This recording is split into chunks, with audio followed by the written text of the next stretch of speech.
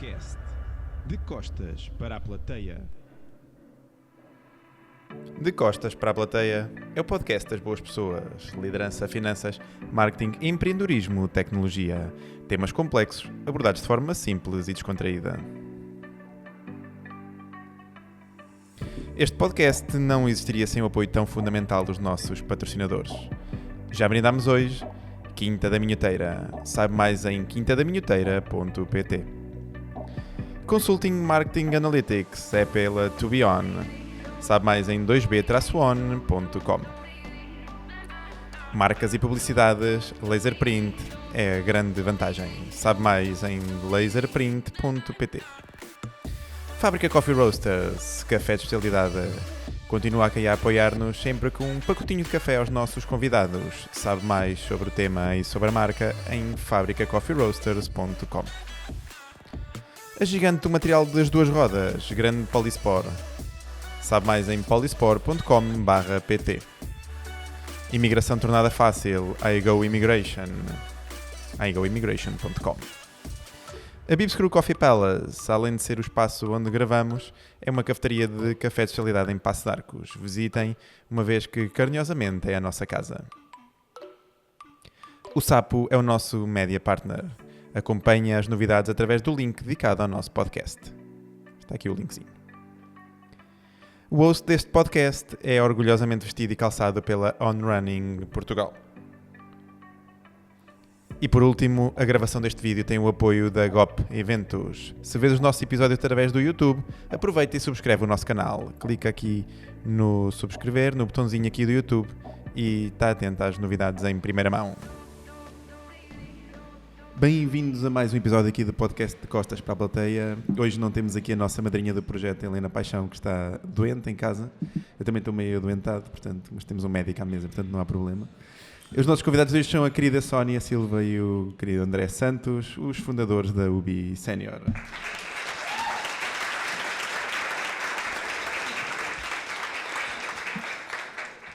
Sónia e André, muito bem-vindos aqui ao nosso podcast. Sónia, a segunda vez, né? Já passado aqui uns aninhos depois. André, primeira vez, muito bem-vindos. O nosso episódio de hoje é focado aqui na parte da saúde mental e aqui na parte da velhice, né? E da idade avançada e como é que vamos fazer aqui a ligação aqui com a saúde mental. E eu gostava que começassem por se apresentar e contar-vos aqui um bocadinho as vossas trajetórias até formarem a UBI Sénior. Muito bem. Tens de falar aqui um bocadinho mais aqui no... Exato. Não te esqueças. Não posso esquecer. Isso. Eu posso começar por apresentar um bocadinho o background, mais aqui o meu e do André, enquanto a equipa de gestão da UBI Sénior. Faltam cá sempre mais dois no desenvolvimento tecnológico, o Eduardo e o Pedro, mas por norma eles não estão aqui nestes momentos. Não têm essa disponibilidade por agora. O André é médico especialista de medicina interna, com um envolvimento muito grande na parte da geriatria e da gerontologia, sobretudo porque é esta faixa etária que maioritariamente recorre aos serviços de saúde. No meu caso, foi uma carreira na consultoria tecnológica durante 10 anos e, entretanto, decidi complementar com a especialização em inovação e empreendedorismo tecnológico e, posteriormente, também nesse contexto, em gerontecnologia. É daqui, destas duas trajetórias, que surge a UBI Sénior, com o propósito de disponibilizar serviços de apoio domiciliário em qualquer lugar e contemplar já a gerontecnologia neste tipo de serviços para os idosos. Então é aqui um bocadinho uma simbiose entre a saúde e a inovação com este objetivo final. Muito fixe. André, fala aqui um bocadinho então aqui da tua trajetória, como é que chegou aqui esse gosto pela parte da gerontologia? Pronto, como a Sónia referiu, e muito bem, pronto, eu sou especialista em medicina interna e uma grande parte da minha atividade é dedicada a tratamento de idosos, que são aquela faixa etária que acaba por ter mais complicações, mais problemas de saúde. E, paralelamente, eu tenho um certo gosto também pela parte mais da geriatria, um bocadinho derivada da minha atividade do dia-a-dia e, pronto, acabo também por partilhar algumas preocupações e perceber algumas dificuldades que as famílias apresentam, nomeadamente quando as pessoas estão internadas e o pós-internamento. Muitas das vezes algumas das complicações que surgem são porque as pessoas não têm um cuidado como deviam ter no domicílio e, portanto, é tudo uma situação que me cria uma certa preocupação pessoal em relação a este tema e que está um bocadinho também na base da formação da UB Senior. Muito fixe. E aí agora que vamos então entrar nessa formação precisamente, como é que surgiu aqui a UB Senior, o que é que vos inspirou e quais é que foram as principais motivações por trás do projeto?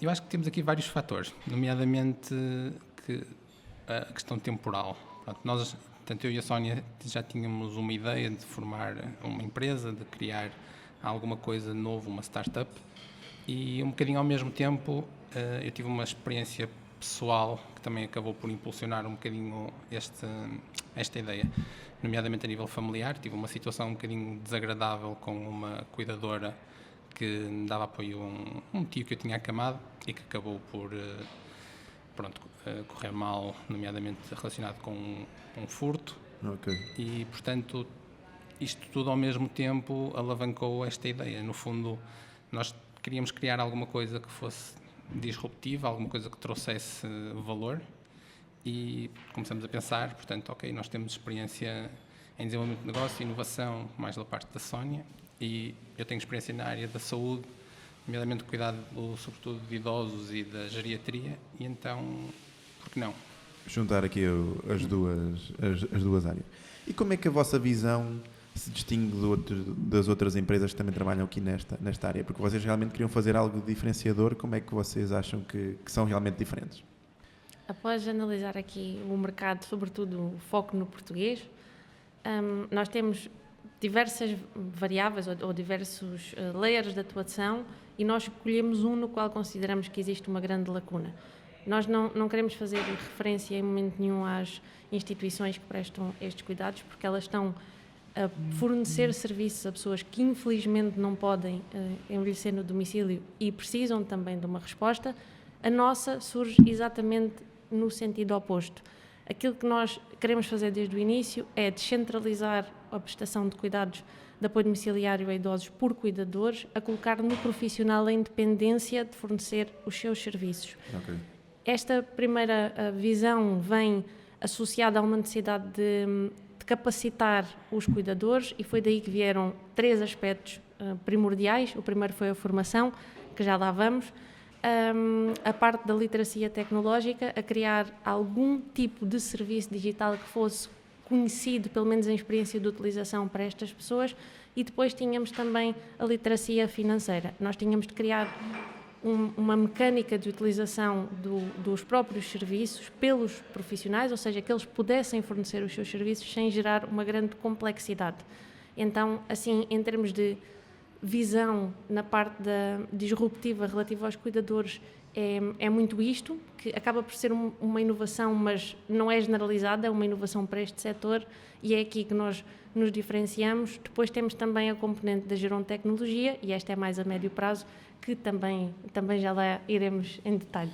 Mas é uma falange etária que não é fácil criar ou aceder de forma tecnológica, não é? As pessoas ainda em Portugal ainda têm muita falta de literacia tecnológica, é muito complicado mesmo na parte das finanças e tudo. Nós não conseguimos desmaterializar porque realmente há muita gente que tem dificuldade. Ontem estava a conversar com a Jéssica sobre isso, que há uma falange grande de pessoas que vai ao supermercado, não é? E se não tiver lá a pessoa que os vai atender, eles não vão àquelas caixas automáticas. Preferem ir-se embora sem as compras do que ir àquela caixa automática. Por isso é um grande desafio que vocês têm aí pela frente. Como é que aqui esta parte da inovação tecnológica está integrada nos serviços que vocês oferecem? A parte da inovação tecnológica. A primeira é esta que eu já acabei por explicar um bocadinho anteriormente, relativamente ao setor, ou seja, temos a parte da integração dos pagamentos e aqui a Cibos em Portugal tem sido um grande suporte. Depois temos a parte da literacia financeira, ou seja, a capacitar através de funcionalidades básicas estas pessoas a emitirem as suas próprias faturas e a fazerem a própria gestão dos seus pagamentos. E na digitalização do serviço para os clientes, porque nós estamos aqui a focar muito os cuidadores, mas o grande benefício, ou seja, no final do dia, os familiares e os idosos são vida facilitada, não é? Quem vai usufruir do serviço. E aqui poder regular, em termos de inovação, o serviço que é prestado. Porque a partir do momento em que nós colocamos todos os cuidadores ao mesmo nível, ou seja, existe uma formação específica, uma inovação associada ao serviço e na parte da utilização que é experienciada por todos, a facilidade de escolha de um cuidador começa a ser facilitada, passa a redundância, neste processo, porque conseguimos já criar aqui uma inovação no processo de seleção. Acho que é um bocadinho isto, pelo menos na fase inicial, relativamente à inovação. Muito fixe. E como é que entra aí então agora aqui esta parte? Vocês têm um grande objetivo, não é, de entrar também na formação dos cuidadores. Como é que funciona aqui o vosso processo de formação dos cuidadores em gerontecnologia e qual é a importância desse tipo de qualificação? Esta parte da formação foi um desafio grande, mas foi também muito interessante para nós e para a restante equipa que tem trabalhado connosco. Na parte da gerontecnologia, especificamente, foi quase um bocadinho partir pedra, porque foi, através do conhecimento académico, começar a criar recursos e conhecimentos que pudessem ser aplicados diretamente ao dia-a-dia. E vamos começar com coisas muito básicas não no ponto de vista de rapidez, assim, de percepção, mas em termos de categorização, acho que posso dizer assim, a partir do momento em que vamos começar a definir onde é que encaixa cada uma das categorias da gerontecnologia. Porque nós temos, por exemplo, as tecnologias de interação humano-computador, temos as tecnologias de vida assistida e depois temos ainda a telesaúde e por aí fora. O primeiro passo é realmente conseguir colocar os cuidadores neste nível de percepção e dentro de cada uma dessas caixinhas colocar depois todos os produtos e serviços. É importante, em vários layers, nós temos para os cuidadores a possibilidade de conhecer equipamentos, produtos e serviços que podem facilitar o seu dia-a-dia. Nós podemos dar aqui exemplos com nomes assim, um bocadinho, não é feios, mas complicados da saúde, como o esfigmomanómetro e o oxímetro, que são aparelhos que efetivamente vão permitir ao cuidador dizer, ok, João, vamos verificar aqui qual é a sua pressão arterial, mas ficar automaticamente conectado ao telemóvel e ter assim os dados centralizados do idoso. Depois temos a questão relativamente ao próprio idoso e aos próprios familiares. Temos a domótica, a partir do momento em que conseguimos colocar aqui alguns aparelhos que vão efetivamente melhorar a qualidade de vida no lar, e temos depois uma série de outros serviços que podem ser adicionados no contexto familiar, já diretamente no idoso, na pessoa idosa. Tudo isto em conjunto tem aqui um benefício muito grande. Só que para lá conseguirmos chegar, temos de criar esta layer da formação, em que no final dessa formação nós temos ainda uma matriz de gerontecnologia que vai permitir, como podemos dar aqui um exemplo, tu, João, és cuidador e agora precisas de saber, chegaste a esta casa, vais cuidar desta pessoa, tens esta família, ok, qual é o espaço onde eu me movo, o que é que eu posso colocar aqui como gerontecnologia, o que é que eu posso sugerir a esta família e o que é que eu posso utilizar enquanto cuidador. E então, através dessa matriz, verificar o que é que faz sentido de acordo com coisas simples, nomeadamente a dificuldade de instalação, a dificuldade de utilização e até as variáveis económicas. Eu tenho de ser realista. Eu, enquanto cuidador, tenho de verificar o que é que eu posso sugerir. Eu não vou sugerir a alguém que, infelizmente, tem poucos recursos financeiros no equipamento. Claro, para uma casa ultra inteligente, não é? Megalómano, exatamente. Pois, eu já vi, vocês focam-se muito nesta parte da simplicidade, não é? Porque acho que isso realmente, acho que é o grande passo é tornarem a vida das pessoas mais simples, especialmente democratizando aqui o acesso a esta parte tecnológica que não é fácil. E realmente a simplicidade é fundamental. Entrando aqui agora, tenho um bocadinho aqui na parte da saúde mental. Como é que os vossos serviços contribuem para o bem-estar e a saúde mental dos idosos que são atendidos? Bom, eu diria que a saúde mental é provavelmente um dos grandes temas da atualidade e dos próximos anos. Não só porque nós, enquanto sociedade, ultrapassamos neste momento um processo que eu diria complexo em termos de saúde mental, mas também porque demograficamente nós temos uma tendência para continuar na pirâmide de envelhecimento e nós sabemos que associado ao processo de envelhecimento existem toda uma série de alterações, para além de físicas, também são psicológicas e que têm um grande impacto em termos de saúde mental. Portanto, a nossa missão aqui, para além desta facilidade de utilização e de democratização da tecnologia, também é alterar um bocadinho a forma como este tipo de apoio e cuidados são prestados. Nós temos uma grande preocupação e um grande foco na parte da saúde mental, E mais do que fornecer um determinado serviço pré-definido, como uma higiene, uma administração de alimentação ou de medicação, ou por aí fora, nós queremos que os cuidadores também sejam capazes de contribuir para a melhoria da saúde mental dos idosos, aumentando a sua autoestima, estimulando a sua autonomia, dentro das suas possibilidades, obviamente, mas no sentido de atrasar um bocadinho esta progressão que nós sabemos que vai existir com o envelhecimento e que está associada a depressão, a isolamento e toda uma série de alterações psicológicas que os idosos sofrem, fruto da sua perda de capacidade de autonomia e do próprio isolamento que está inerente ao processo de envelhecimento. Ou seja, aqui não só querem promover esta parte da saúde física, não é? E de envelhecerem com qualidade, como a parte da saúde mental é também muito importante para manter essa... Sim, fazer é a muito ligação. importante para nós e o próprio modelo de funcionamento que nós temos assenta um bocadinho nisso. Tá bem? Nós queremos que o cuidado seja centrado no idoso. E, portanto, o idoso tem várias limitações, tem várias preocupações e os nossos cuidadores têm que estar focados nisso, no sentido de promover a sua estimulação, não só a prestação do cuidado.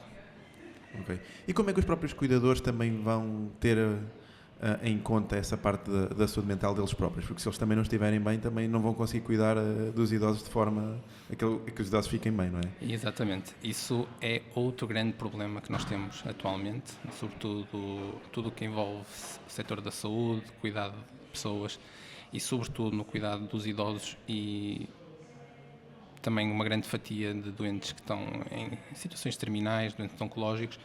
São situações extremamente pesadas para os cuidadores e é fundamental que eles tenham formação e capacitação para lidar com as situações que vão surgir, incluindo perceber os seus próprios sinais de fadiga e de burnout.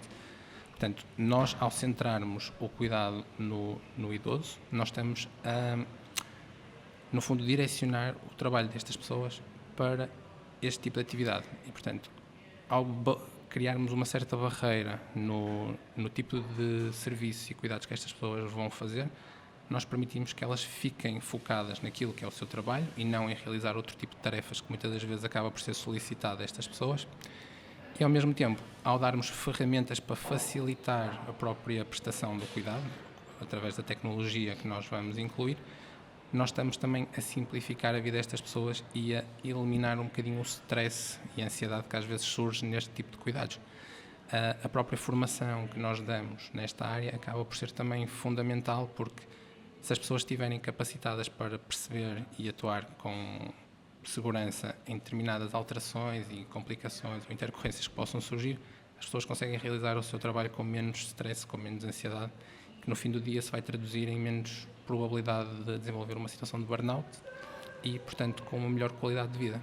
E nós sabemos que pessoas motivadas e com uma melhor saúde mental vão prestar melhores cuidados e, portanto, contribuir também para a melhoria dos próprios idosos e estimulação da sua saúde mental. Pois, se as pessoas não estiverem bem, vai ser difícil depois que os idosos que estão sobre o seu cuidado também estejam bem.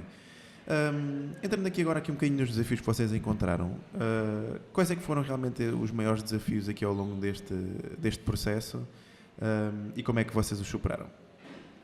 Tivemos vários e, como nós costumamos dizer, agora que começamos a vender é que vão surgir os grandes Ainda mais desafios, não é? porque uma coisa é a ideia que nós temos sobre, e lemos as notícias, vemos os números e por aí fora, outra coisa é entrar na vida das pessoas, ouvi-las sobre as suas reclamações, todas elas, desde os cuidadores aos familiares e aos idosos. A primeira grande limitação, e aqui acho que tem mais a ver com a comunicação da nossa mensagem, foi o caráter de informalidade. É muito comum, ainda hoje, nós fazermos qualquer apresentação e automaticamente as pessoas respondem: pois, vocês estão a trabalhar com cuidadores informais. Não. Os cuidadores informais pressupõem à partida, na maioria dos casos, uma relação pessoal e estamos a falar de uma intervenção que é governamental e de um apoio a essas pessoas para facilitarem a vida das pessoas idosas. Em parte porque não existe efetivamente esta formalidade, ou seja, esta regulamentação das atividades do cuidador enquanto profissional. E aqui nós temos tido algum trabalho nesse sentido. As pessoas que estão a trabalhar no setor, ou seja, os próprios cuidadores, relacionam-se automaticamente com o tema, mas todas as pessoas que estão fora, nem tanto. Ainda tem dificuldade em perceber, não é? Até o facto de se dizer, olha, atenção, a lista de tarefas desta pessoa enquanto cuidador é esta. Agora não pode pedir-lhe para fazer outra coisa qualquer. Claro. Há 2 exemplos que eu tenho falado ao longo destes meses. Um deles é um cuidador limpar o telhado de uma casa e noutros casos, tomar conta de quintas e de animais. Deixar aqui também um parênteses, dizer que isto não quer dizer que uma pessoa que se presta, imagina, tu és cuidador e prestas-te a isso porque queres ajudar a pessoa, é uma decisão, uma possibilidade, mas não tem nada a ver com as tuas tarefas. E é preciso balizar aqui onde é que terminam estas responsabilidades. Depois temos as 2 limitações que nós já falámos aqui desde o início, que têm muito a ver com a literacia financeira e a tecnológica. Porque primeiro nós temos a primeira camada de barreira, a mais básica ou simples, por assim dizer, é a própria tecnologia. E quando fizemos a investigação em geral de tecnologia, percebemos que o caminho tinha de ser o dispositivo móvel. Porque a maior parte das pessoas está a utilizar um telemóvel, nem sequer está a utilizar um computador. E quando digo nem sequer é porque a pessoa efetivamente não precisa, não é porque seja melhor ou pior. E depois temos a segunda, que é as pessoas que já utilizam este dispositivo e que podem vir a integrar geram tecnologia se for um processo simples, são as pessoas que dizem assim, quando é para fazer um pagamento, eu vou ter com o meu filho, que eu não confio nestas coisas e eu depois não sei o que é que estou a fazer. E nós brincamos muito com isto, porque alguns cuidadores, que são idosos independentes, estão a ajudar idosos dependentes e estas pessoas precisam de serviços nos quais possam confiar e que sejam relativamente simples. Eu acho que as maiores barreiras têm sido, não sei se o André quer acrescentar alguma coisa, mas por assim dizer, estas. Sim, acho que sim. E aqui a longo prazo, o que é que vocês esperam do impacto da UbiSenior no futuro, tanto para os idosos como para a sociedade em geral? Eu acho que, no geral, eu vejo isto com 2 perspectivas. Portanto, na perspectiva mais de quem presta estes cuidados, portanto, os profissionais, eu tenho como objetivo que esta nossa nova forma de trabalhar, esta nossa tentativa de integração da tecnologia e simplificação dos processos acabe por melhorar a qualidade de vida destas pessoas e, ao mesmo tempo, tornar, de certa forma, esta atividade um pouco mais atrativa, porque nós sabemos que, no futuro, nós vamos ter um certo problema enquanto sociedade. Nós continuamos a envelhecer, nós já somos o país mais envelhecido da Europa e, inevitavelmente, o rácio de população ativa versus população não ativa e que poderá precisar de apoio poderá ser um problema. Portanto, a longo prazo, na perspectiva de profissionais, eu tenho como objetivo que nós consigamos moldar um bocadinho este setor e tornar isto um bocadinho atrativo, porque para nós conseguirmos promover um envelhecimento digno, nós temos que tornar a profissão de quem cuida digna também. E isso é um grande desafio. Do ponto de vista dos idosos, a melhoria do cuidado que é prestado, no fundo, vai se traduzir com uma melhoria do processo de envelhecimento, com uma diminuição de intercorrências e com, idealmente, uma certa preservação da autonomia por um maior período de tempo, porque nós temos que começar a desmistificar aqui um bocadinho os cuidados a idosos, os cuidados no domicílio, sobretudo, que é onde eles querem envelhecer, porque existe ainda muito uma tendência e uma concepção errada de que cuidar de idosos é cuidar de pessoas que estão acamadas e que precisam de higiene e virar para um lado, virar para o outro. Não, cuidar de idosos é olhar para a população que está a envelhecer e tentar tornar esse envelhecimento ativo e atrasar todas as potenciais complicações e comorbilidades que surgem do contrário. Portanto, é um desafio bastante grande em termos de sociedade. Eu acho que nos próximos anos o envelhecimento vai ser muito trabalhado, porque nós não temos outra alternativa que não fazer isso, porque invariavelmente nós vamos continuar a envelhecer e, portanto, isto é um problema que tem que começar a ser trabalhado e resolvido para evitarmos problemas no futuro. E Temos você... aqui... Desculpa, se eu continuo. Desculpa, não, força. Eu até vinha trazer alguns indicadores, que eu gosto muito de trazer números, não é? Para complementar tudo isto que o André disse. Eu acho que o maior benefício que nós queremos trazer a médio e longo prazo é conseguir intervir, tanto quanto possível, por mais pequeno que seja, nestes números gigantes. Nós somos efetivamente o país que está a envelhecer mais depressa na Europa, temos o índice de dependência de idosos mais elevado, Hoje significa que por cada 100 jovens que por aí estão, temos 182 idosos e é expectável que até 2080 sejam 300 por cada 100. E um dos desafios que nós temos às vezes a comunicar estes aspectos até mais relativamente ao próprio idoso e às vezes aos familiares, quando se diz automaticamente, e nós pensamos em termos de país, se aumentássemos as pensões isto resolvia tudo. Não resolvia quase nada. Primeiro porque a população ativa não vai conseguir efetivamente suportar estes custos todos. E depois porque nós precisamos de ganhar uma percepção diferente, mesmo não sendo idosos, sobre os idosos atuais e sobre quem é que seremos nós no futuro. E aqui eu até deixo um bocadinho uma mensagem nesse sentido, a observar, por exemplo, a senhora que está sempre à janela todo o dia porque não tem mais nada para fazer. A vigilância, não é? Ou o próprio vizinho que nós até conhecemos que tem de escolher entre alimentar-se ou medicar-se e que está sem acompanhamento, sem ninguém, e cada família realmente tem os seus desafios, não é por aí que queremos chegar, mas começarmos a pensar, eu trocaria de lugar com aquela pessoa, se eu agora tiver de me colocar na posição de idoso, provavelmente, certamente não. Então, o que é que eu posso fazer? Aqui não só na ótica da UBI Sénior, mas todos nós enquanto indivíduos, o que é que eu posso fazer? Como é que nós podemos mudar isto? Porque a forma como os relacionamentos estão a acontecer nesta faixa etária não estão ok. E aqui eu também trago um bocadinho, para finalizar, a visão das entrevistas que eu fiz em Gerão de Tecnologia relativamente aos próprios idosos. Quando eu pergunto na fase específica de utilização e de treino na utilização de tecnologia, porque é que não acontece? E a maior parte das pessoas dizia, porque eu não quero chatear-te, percebe? Eu já estou ultrapassado, depois eu demoro muito tempo, depois irrito as pessoas, depois eu digo, olha, deixa estar, e eu depois tento, e eu nunca mais tento porque eu tenho vergonha. Isto está muito associado já a outro tema que é o idadismo, e eu acho que efetivamente nós temos muito trabalho para fazer aqui. E vocês têm tentado envolver também as famílias para que elas estejam também dispostas, porque elas acabam por ser a alavancagem, não é? A ligação entre a parte dos cuidadores e os próprios idosos, porque isto acaba também por influenciar a própria saúde mental da família, não é? Porque quem se preocupa com os familiares mais idosos, eles também não os vê bem e também não vão estar bem e vai ser sempre uma carga psicológica adicional. Aqui a experiência que nós temos já da nossa atividade é que até agora quem chega efetivamente são os familiares, ou seja, os nossos serviços estão a ser requeridos por pessoas que têm um familiar com algum tipo de dependência e que têm as suas obrigações adultas diárias para cumprir, nomeadamente trabalhar, claro.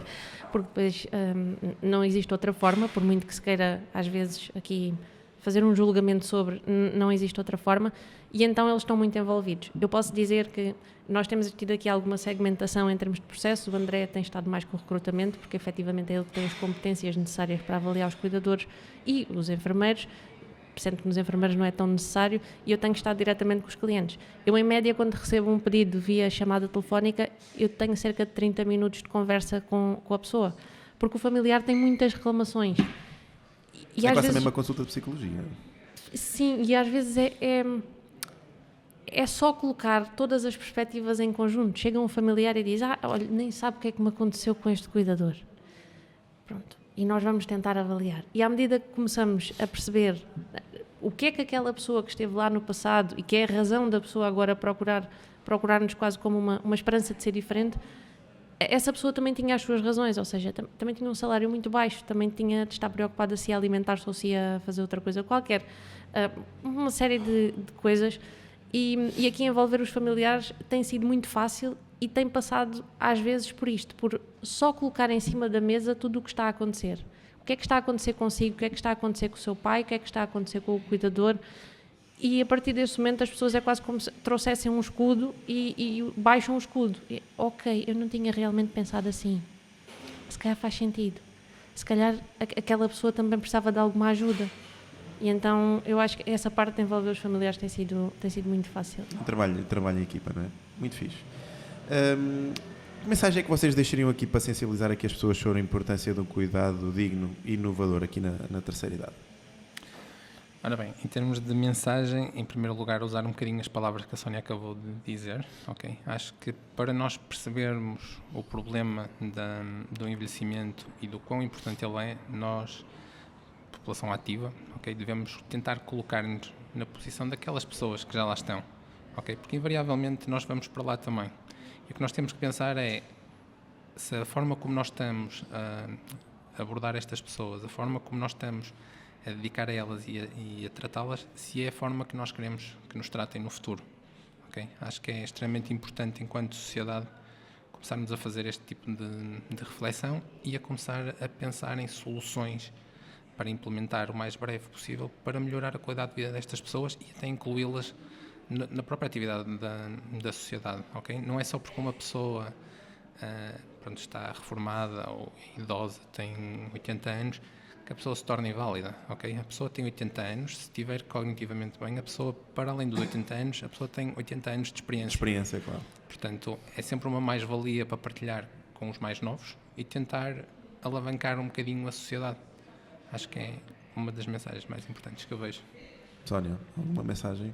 Algo isso adicional? Eu já fiz esse exercício e confesso que foi durante a pandemia. Foi a primeira vez que eu fiz este exercício e convido todas as pessoas a fazerem, se tiverem essa oportunidade. Eu tive de ficar, como toda a gente, a trabalhar de casa e no prédio onde eu morava aqui em Lisboa era um U. Portanto, eu da minha janela conseguia ver toda a gente. O número de pessoas sozinhas que eu via à janela enquanto trabalhava, porque às vezes também precisava de olhar para qualquer coisa diferente, não é? Porque eu virei a secretária para a janela exatamente para receber luz e deparei-me com a realidade destas pessoas.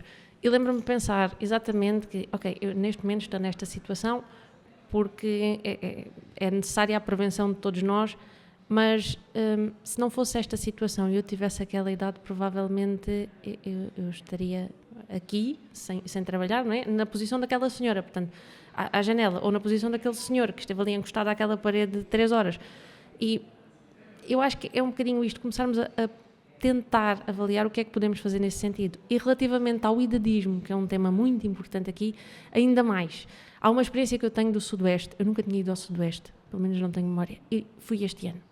E havia um senhor, num concerto considerado jovem, não é? Um senhor com os seus 70 e tal anos, a dançar, sozinho, a curtir milhões, se me é permitido dizer, e eu juro-vos, eu não consigo contar o número de pessoas que fizeram comentários que eu não considero corretos e muitos deles que a própria pessoa ouviu, quase como se, olha, você já não, só faltou ir lá dizer-lhe assim, olha, você não tem idade para estar aqui, você não tem idade para isto, a porta da saída, não, deixa a pessoa divertir-se, ainda bem que ela veio, ainda bem que ela teve a coragem de vir sozinha, Claro. a pessoa se calhar não tinha ninguém para vir, veio sozinha e está aqui a dançar. Este é um tipo de exercício que eu acho que todos nós devemos fazer. E ainda a voltar à tecnologia, também e de uma forma muito consciente. Se eu tenho uma pessoa de uma geração anterior que quer participar, que não sabe como é que há de fazer, eu tive o privilégio, se assim posso dizer, de nascer nesta geração, eu tenho de trazer aquelas pessoas comigo. Eu não vou sozinha a lugar nenhum. E eu tenho de trazer a estas pessoas a possibilidade de interagirem com outros, de fazerem compras, nem que seja acompanhado várias vezes. Se a pessoa não consegue fazer em 10 minutos, fazem 20. E se calhar no final tem a ver também com avaliarmos a nossa própria dedicação aos outros e o nosso tempo hoje em dia.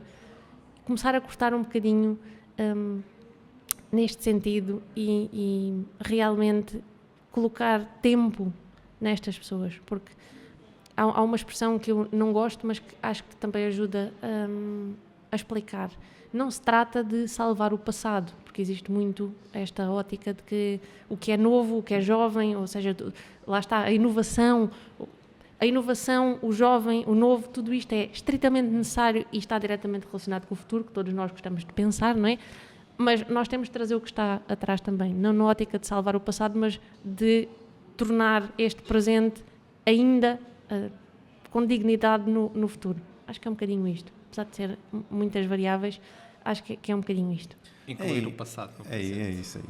Eu acho que a nossa sociedade acaba por estar muito segmentada para nichos, não é? E acho que o objetivo é realmente abraçar aqui um bocadinho mais. Há uma série de pessoas que realmente podem ser abraçadas. Eu falava nisso com a Catarina, que conheceram lá na apresentação do Livro do Porto, que é as próprias instituições e as próprias empresas acabam por afastar estes nichos de pessoas, os idosos, os deficientes e afins, onde tem até um mercado que se calhar é grande, mas como acabam por negligenciar e como achar que não trazem mais valia nenhuma, sinceramente nem pensam neles. E nos festivais claramente isso acontece. Por isso é que o Rock in Rio acaba por ter tanta gente e um sucesso tão grande, porque acabam por abrir o espectro e alargar o espectro, desde os mais novos até às pessoas com mais idade, e que ao longo da vida vão sendo afastadas dos festivais de música. É paradigmático disso, né? Cada vez são feitos mais para a malta nova e acabam por se perder aqui oportunidades de negócio.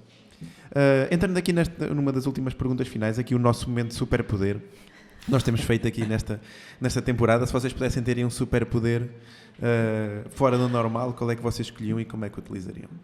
O meu é muito básico e acho que também já é muito expectável, pelo menos para quem me conhece. Porque pensar nestas coisas para mim é sempre difícil. O que é que eu podia fazer? Porque depois eu começo logo com perguntas, complexidade do costume, mas o superpoder é meu ou é meu para os outros? Ok, eu foquei-me no meu. No meu, o que é que eu faria? Eu aumentava as minhas capacidades cognitivas todas. Mas assim, num nível mais ou menos como essa barrinha que tens aí na mesa, assim, até aqui. Porquê?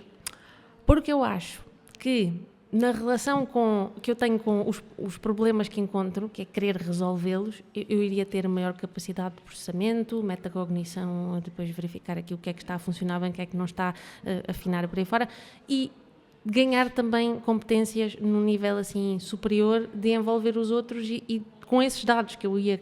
Encontrar soluções. Exato. Ser capaz de processar, conseguir criar ferramentas para outras pessoas e conseguir trabalhar nesses problemas, porque também há muito aquela ótica de que, sei lá, sozinho vou conseguir pensar nisto e fazer aquilo. Nós neste momento somos 4 na equipa, mais a equipa de formação, e ainda somos muito poucos para o problema que queremos resolver, e com as famílias que nós temos. Portanto, conseguir passar a mensagem e desenvolver estas competências todas para o fazer, eu acho que era bom para resolver problemas. Muito fixe. E tu, André? Ora bem, vamos lá ver. Eu diria que talvez telepatia. Sério? Okay? Isto porque eu acho que nós temos, enquanto sociedade, uma série de problemas que são motivados pela falta de capacidade de comunicação, e na minha área, sobretudo, isto é fundamental, porque nós, para tratarmos e cuidarmos de pessoas, nós temos que perceber o que é que as pessoas têm e o que é que elas estão a sentir, não é? E elas muitas vezes não sabem explicar, não se conseguem o que têm. exprimir. Então eu acho que ter capacidades de telepatia iria ser fantástico para promover a interpretação dos problemas e contribuir para a melhoria da saúde, incluindo a saúde mental das pessoas. Muito fixe. Olha, foram 2 que ninguém apresentou. É engraçado porque isto aqui vai ser o 8º ou 9º episódio e ainda ninguém repetiu aqui os superpoderes. Portanto, é bom sinal. Então, olha, muito obrigado aqui por isto. Não sei se querem deixar aqui uma mensagem final aqui aos nossos ouvintes. Ou aqui um pitch final. Acho que reforçar um bocadinho a mensagem que foi sendo passada ao longo aqui desta sessão.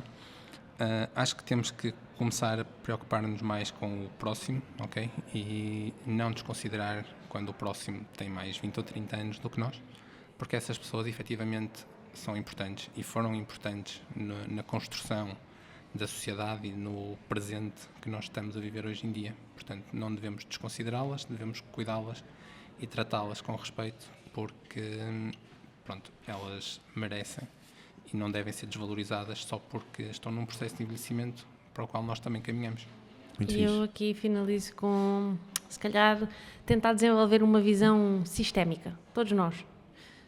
Existe este contexto específico relativamente ao idoso. Eu, por exemplo, eu sou a pessoa idosa e eu tenho várias reclamações sobre a forma como eu estou a viver. Ok, sim senhor, agora vou também avaliar o que é que está a acontecer com todos os outros à minha volta.